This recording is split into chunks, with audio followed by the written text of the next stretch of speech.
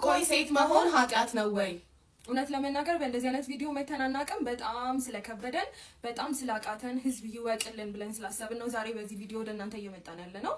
በጣም ኢንቦክሳችን ላይ ከ500 ከ600 በላይ ሪኩዌስት ይገባልናል እና ማለት ነው ብዙዎቹ ፕሮሞሽኖች ናቸው ከዚህ በፊት የሚገቡልን የነበሩት ለፕሮሞሽን ነው የምንፈልጋችሁ ብለው ነው ኢንቦክስ የሚያደርጉልን። ሶ ኦኬ ለምንድን ነው ስንላቸው የፈርኒቸር ሚላል ላይ የፀጉር ቤት ሚላል ላይ የተለያየ ነገር ይላሉ ማለት ነው። እኔ ሀሳቡን ከየት እንደሚመጣላቸው አላውቅም። እንደውም በጣም ከዚህ በኋላ እናትህ የወለደች አንተ ጋጠወጥ ሰበሰብክ፣ ቲፎዞ ያስክ፣ ምን ያስክ ትፈተሻለህ፣ ትበጠራለህ፣ ትጠየቃለህ። ገንዘቡን እንዴት ነው ዴሊቨር ስታደርግ የነበረው?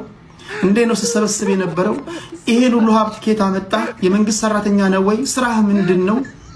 ቫኬሽን፣ ምሳ አዲስ አበባ፣ ቁርስ ዱባይ፣ ራት ዱባይ እየበላ ነው። ከየት ነው ማስረዳት አለበት። ምክንያቱም በጸረ ሙስናና ኮሚሽን ህግ መሰረት ምንጩ ያልታወቀ ገንዘብ ሁሉ ሌብነት። ባሌ ላይ ቅብጥ ማለት ነው የምፈልገው። እኔ ባሌ ላይ እንደ ልቤ መሆን ነው የምፈልገው። እኔን መሆን እናትና አባትሽ ቤት ቀብጠሽ ያለመርሽ ስታገቢ ነው እንደምትቀብጪው። እኔ በዚህ ነው በገዳሽን ሰብሬ ማስቀምጠው። ገባሽ? በዚህ ሰብሬሽ ወይ ዶሮ አስጠብቅሻለሁ ወይ ደግሞ አልጋ ላይ ተቀምጠሽ አልጋ ላይ ቀልብሻለሁ።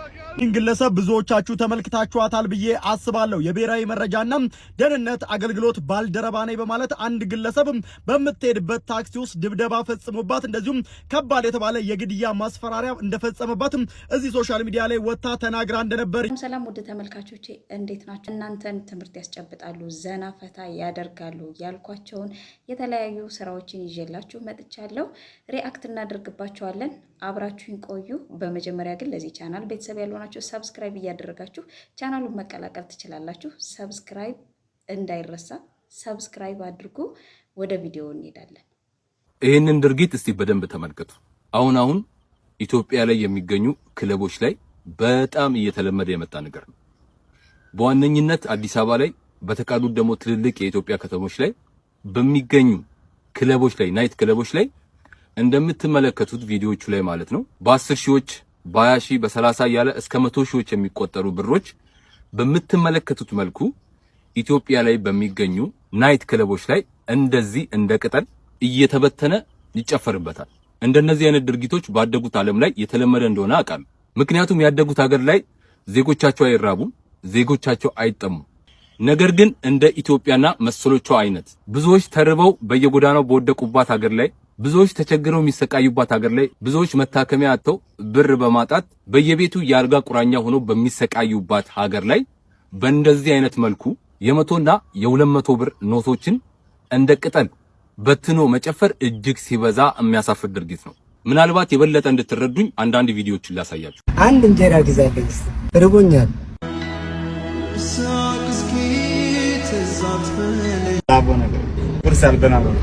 ቁርስ አልበላህም? አይዞህ ወንድሜ። ዘም አልበላሁም ምንም ነገር ማለት እግዚአብሔር ምግብ አልበላሁም። ምን ማድረጋችሁ?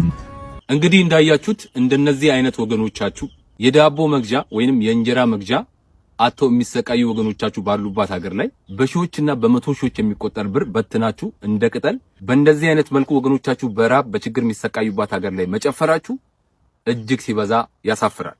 በእናንተ ብር የፈለጋችሁትን መሆን መብት አላችሁ። ነገር ግን አንዳንዴ እንደፈለግን እንዳንሆን የሚከለክለን አንድ ነገር አለ። እሱም ምንድነው? ህሊና ነው። ቀድሜ እንዳሳየዋችሁ ብዙ ወገኖቻችሁ ኢትዮጵያ ላይ ተቸግረው ተርበው የሚሰቃዩባት ሀገር ላይ በብራችሁ እንደፈለጋችሁ የመሆን መብት ቢኖራችሁም ለህሊናችሁ ከተገዛችሁ ይሄ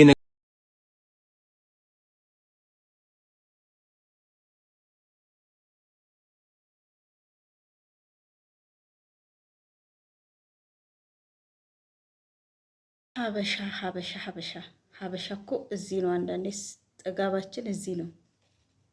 እንደው እነዚህን ሰብሮ ነው ማስቀመጥ ቤት። ስንት ወገን ስንት ህዝብ በተቸገረበት እንደዚህ መሬት አንጥፈው መረገጥ አለባቸው? አረ እየተሳሰብን ወገን፣ አረ እየተሳሰብን። በጣም ሼም ነው። ዳቦ መግዣ ያጣ ስንት አለ፣ ኑሮ ያማረረው ስንት አለ። ለምን አይረዱበትም ወጥተው? ይህንን ማድረግ አደባባይ ላይ ለምን አስፈለገ? በጣም ያሳዝናል። ሼም ነው የምር። እነዚህን እንደው ጸጋውን እንዲያውቁት እቤት ነው ማስቀመጥ። እነዚህ እንደዚህ የሚያረጉ ግለሰቦችን እቤት አስቀምጦ ችግርን ማሳየት ነው። ችግርን እንዲያዩት ማድረግ ነው። ካላየ የሰው ልጅ ችግርን ካላየ ችግር ካልደረሰበት ለተቸገረ ለራበው ለጠማው አያዝንም። ስራ ምንም ስራ የዕለት ጉርሷን ዳቦዋን ከጎረሰች ማንንም አያውቅም።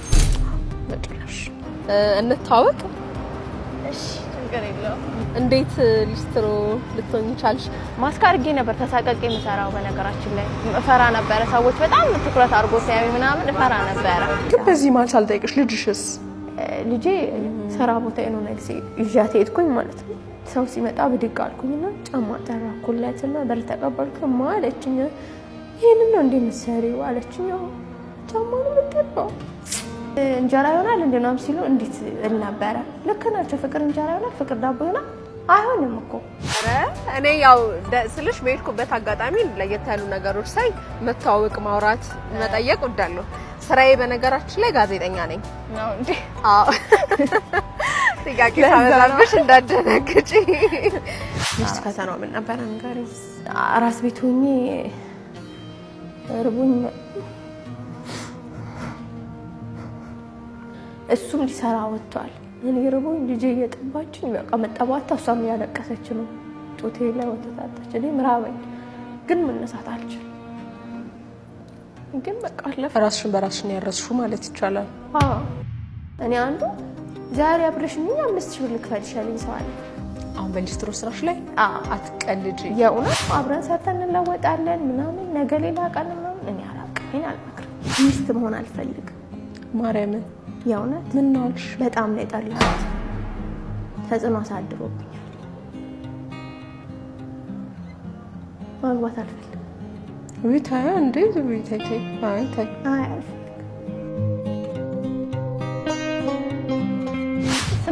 8 ወር እዚሁ ነው የቆየሽው ለገሃር? እዚህ ጋር አሃ ወይኔ በማርያም እንዳታለቅሽ እንዴ። በቃ እሺ በቃ ሻይ ታዩና ስቱዲዮ ሄደን እናወራለን። በማርያም በቃ እሺ ተረጋጊ። ታዩ በቃ ይቅርታሽ። ታዩ በቃ ታዩ ወይ በእግዚአብሔር በቃ አይ ታዩ በቃ ችግር የለውም። በቃ ታዩ ፊትሽን ታጠቢ። እሺ በቃ ወይኔ ይቅርታ በማርያም።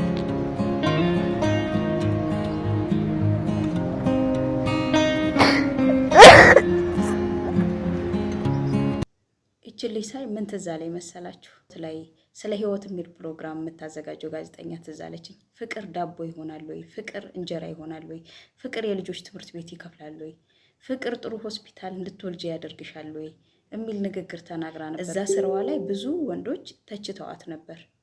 ሴቶች ገንዘብን ይመርጣሉ፣ ከፍቅር ይልቅ ገንዘብን እንዲመርጡ እየተበረታቱ ነው የሚል ነገር ግን ትክክል ናት። ፍቅር ሁሉንም ነገር ማድረግ አይችልም። ፍቅር ወሳኝ ነገር ነው። ፍቅር ሊኖር ይገባል። ነገር ግን ገንዘብም ሊኖር ይገባል።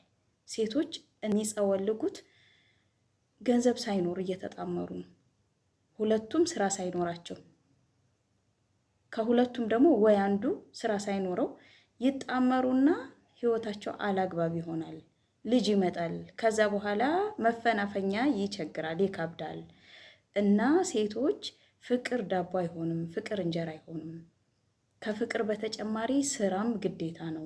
ገንዘብ ማምጣት ግዴታ ነው። ፍቅርን አይታችሁ ይወደኛል ብላችሁ አትግቡ።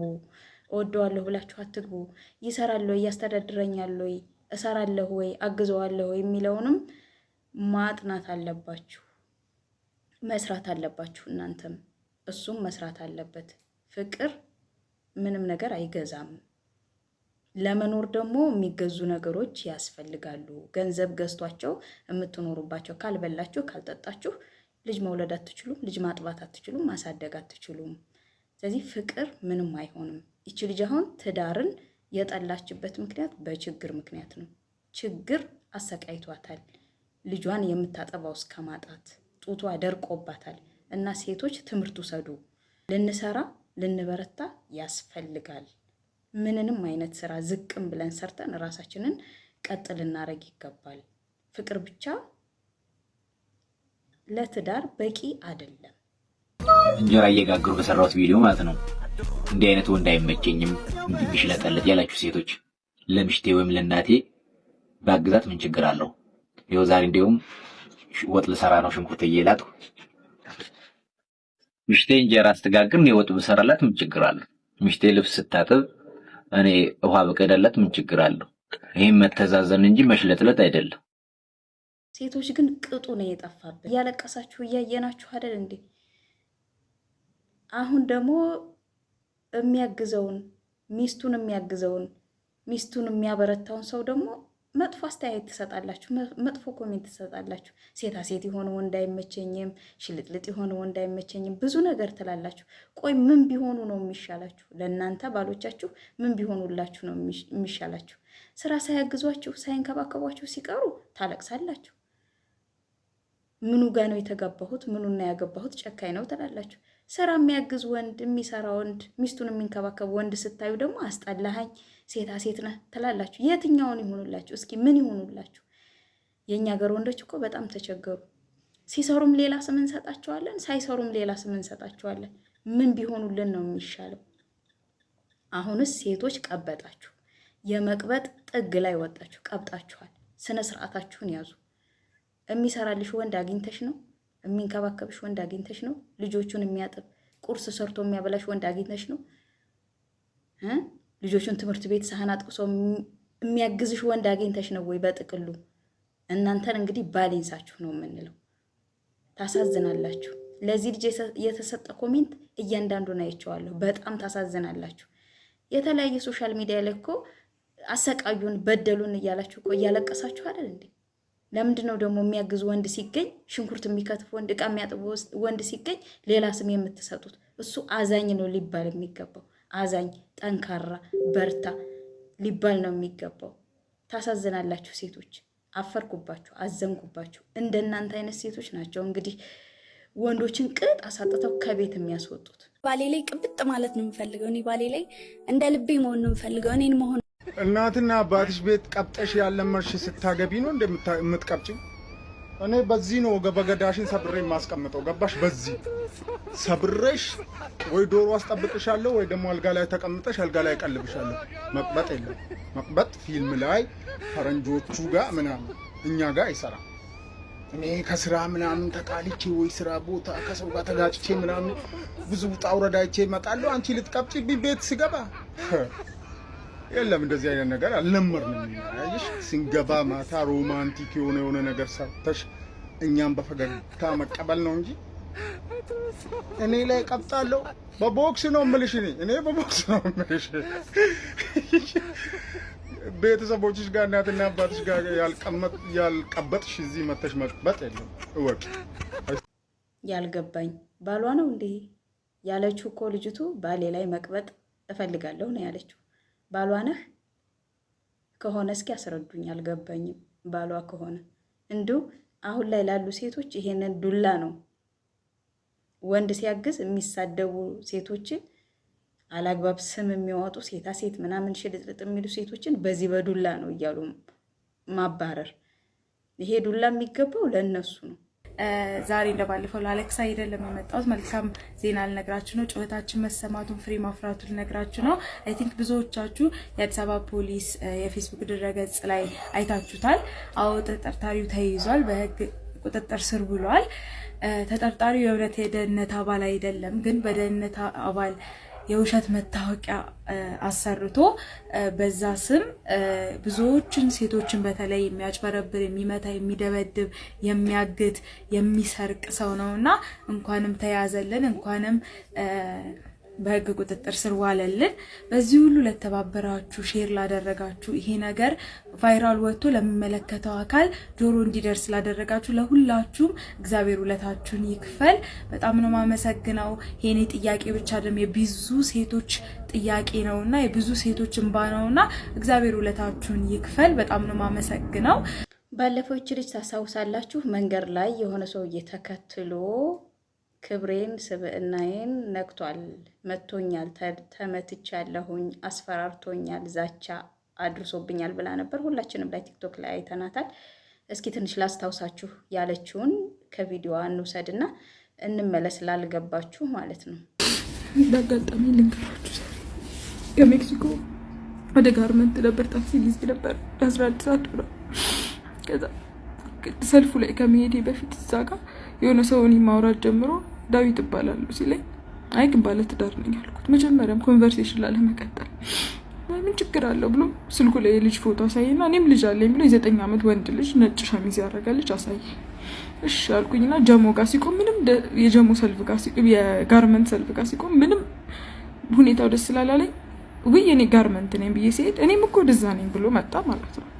ከዛ መጡ ከፊት ለፊቴ ሲቆም ምንም ነገሩ ደስ አላለ ማለት ከኋላ የመጡ ጥብቅ ይላል፣ እሸሻለሁ ጥብቅ ይላል። ከዛ ስልክ አነሳው ራቅ አልኩትና በደንብ ስልክ አነሳውና ማውራት ጀመርኩ። ረጅም አውቄ ከዛ እያወራው በመሀል ድሬዳዋ ካለ ሰው ጋር ነበር ማወራውና እንግዲህ ፍትህ ወደ ማግኘቱ ተቃርቤያለሁ፣ ፍትህ አግኝቻለሁኝ፣ ለተባበራችሁኝ ሁሉ አመሰግናለሁ ነው ያለችው። ሀገራችን ላይ እንግዲህ ወንጀለኞች በተለይ ሴትን የሚያጠቁ በማናለብኝነት ክብራችንን የሚነኩ ግለሰቦች እንደዚህ አፋጣኝ እርምጃ ሲወሰድባቸው ማየት ደስ ይላል። ሁላችንም ራሳችንን እየጠበቅን ነገሮችን ግን ማጋለጥ እንዳለብን። እቺ ልጅ ለምሳሌ ያ ድርጊት ተፈጽሞባታል። ሳታጋለጥ ዝም ብትል ኖሮ ሌሎች ሴቶች ላይ ደግሞ አላግባብ የሆነ ነገር ያደርስ ነበር። ግለሰቡ ጀግና ሁና መታ ሶሻል ሚዲያ ላይ አጋርታን፣ በዛ ምክንያት ህዝብ ተባብሮ ይሄን ወንጀለኛ እንዲያዝ ፖሊሶችም ትልቅ ስራ ሰርተዋል፣ ሊመሰገኑ ይገባል። እንግዲህ ሀገራችን ላይ ፍትህ ይስፈን፣ የሚበደል ሰው አይኑር። ቆይ ሴት መሆን ኃጢአት ነው ወይ? እውነት ለመናገር በእንደዚህ አይነት ቪዲዮ መተናናቅም በጣም ስለከበደን በጣም ስላቃተን ህዝብ ይወቅልን ብለን ስላሰብን ነው ዛሬ በዚህ ቪዲዮ ወደ እናንተ እየመጣን ያለ ነው።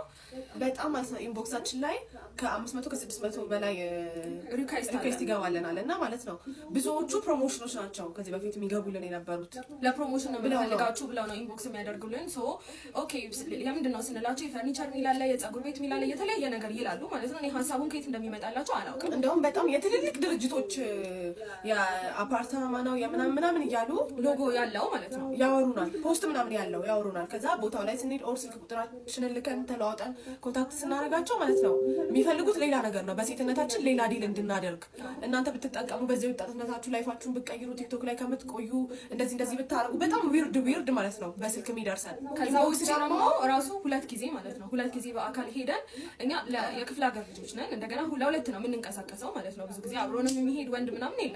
ለሁለት ስንሄድ ከአንድም 2 ጊዜ ማለት ነው በጣም በቃ እግዚአብሔር ነው የተፋን በእውነት ብንነግራችሁ ማለት ነው ምን ምናምን የሚያስብል አይነት እና ፋሚሊ ማሸበር ነው የሚሆነው ብለን ነው ሶሻል ሚዲያ ላይ ስንወጣ ለማንም ተናግረን ስለማናቅ ፕላስ አዲስ ጀማሪዎች ምናምን እንዲሸበሩ ማድረግ ነው። ለዛ ትንሽ እንታገስ። ቆይ የተወሰኑ ሰዎች ናቸው። ጥሩ ሰው አለ በዛው ልክ ፕሮሞሽን ምናምን ያሰራ ጥሩ ሰው አለ። ኦብቪየስ ግን ማሸበር ነው። ፋሚሊዎቻችንን ስለምን ይረበሻሉ ብለን ነው ዝም ያለው። ግን ኢንቦክስ የሚላኩልንን ቴክስቶች ከላይ እናስቀምጥላችኋለን። በጣም ቆሻሻ ከሆኑ ሰዎች ቆሻሻ የሆነ መልዕክት በጣም አሁን ሌላው ከረንትሊ ማለት ነው በእውነት ነው የምንላችሁ መስራት አልቻልንም። በቃ በእውነት ጌታን መስራት አልቻልንም። በቃ ሊትራሊ ስንሄድ የሚደርስብን ነገር ሌላ ነው። ከዛ ደግሞ ማለት ነው እምቢ በማለታችሁ በእውነት እኔ የደረሰብንን ነገር ማለት ነው ሁላ ቪዲዮ ብንሰራላችሁ እውነት እንደዚህ ነገር አለ ነው የምትሉት ማለት ነው። ሶ በጣም ነው የከበደን። ቲክቶክ ላይ ፕሮሞሽን አሁን በጣም ብዙ ሪኩዌስቶች አሉና ለፕሮሞሽን ፈልግ እና አሁን ላይ ሪፕሌይ ራሱ ማድረግ በጣም ፈርተናል። እና አሁን ስናጠቃልለው ሀሳባችን ምንድነው ቴክስት የምታረጉ ሰዎች ማለት ነው ፕሮፋይላችሁ ስንገባ ምናምን ባለትዳር የልጆች አባት ምናምን ናችሁ ብናወጣው ላይፍ ማውጣት እንችላለን። ባይዘው በጣም አለን። ከዛ ደግሞ ስክሪንሾት እናደርጋለን እኛ ምናምን ማለት ነው። ሶ አሁን ቢያንስ 2-3 ቴክስቶች ነው የምናስቀምጥላችሁ እዚህ ጋር። ከዛ ውጪ ማለት ነው እውነት እናወጣባችኋለን፣ ተጠንቀቁ። እና ከአሁን በኋላ እንደዚህ አይነት ነገር ማድረግም ስለማንፈልግ እኛ የራሳችንንም ቢዝነስ እግዚአብሔር ረድቶን ኦን ልናደርግ ስለሆነ ከእናንተ ምንም ነገር አንፈልግም። ይኸው ኦፊሻሊ ማለት ነው እኛ ወደ ቲክቶክም የመጣ ነው ተምረን ግራጁዌት አድርገናል። ሰው በተማርንበትም ሊሆን ይችላል በሌላ ነገር ስራ ከማግኘት አንጻር ኦር ደግሞ የሚመጣልንን ኦፖርቹኒቲ ፈልገን ነው እንጂ ሌላ ነገር ፈልገን እንዳንተ እንደምታስቡት አይነት ዊርድ ሰዎች ራሱ አይደለንም። ሲቀጥል ደግሞ እንዳንተ እንደምታስቡት አይነት ዊርድ ሴት ራሱ አለ ብዬ አላስብም።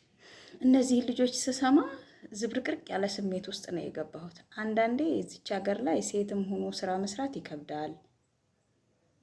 ሁለተኛ ደግሞ ሴቶችም ራሳችን ምን እየሆነ ነው የሚለውንም ማየት መፈተሽ ይገባናል። ሌላው ደግሞ እንዲህ አይነት ነገር የምታደርጉ ወንዶች እንደው ህሊና የላችሁም ወይ? ሴቱኑ ስራ መስራት ጠንክሮ መቆም አይቻልም ወይ? ለምንድን ነው እንዲህ የምታደርጉት? በተለይ ባለትዳሮች። እኔ በዚህ ላይ ምንም ልል አልችልም። እንዲህ አይነት ጥቃት የሚደርሳባችሁ ሴቶች አጋልጡ ነው የምለው። ማስጠንቀቂያ መንገር አያስፈልግም። ማጋለጥ ማንነታቸው ማጋለጥ፣ ለህዝብ ማጋለጥ፣ በቃ ከሌ ይሄን እያደረሰብኝ ነው ብላችሁ ወደ ሚዲያ ማምጣት፣ ማጋለጥ፣ ወደ ህግ መውሰድ። ካልተጋለጡ ተው በሚሉት አያርፉም፣ አያፍሩም፣ ሼም የላቸውም። የሴት ልጆች ጥቃት መቆም አለበት። ትክክለኛ ወንዶች ደግሞ በእነዚህ በማይረቡ በትንሽ ወንዶች መሰደብ የለባቸውም እና ማጋለጥ አለባችሁ። ዝም አትበሉ ሴቶች። መልካም ወንዶች እንዳሉ ሁሉ በጣም ማስጠሊ መጥፎ ምግባር ያላቸው ወንዶች አሉ። ማጋለጥ ነው ያለባችሁ።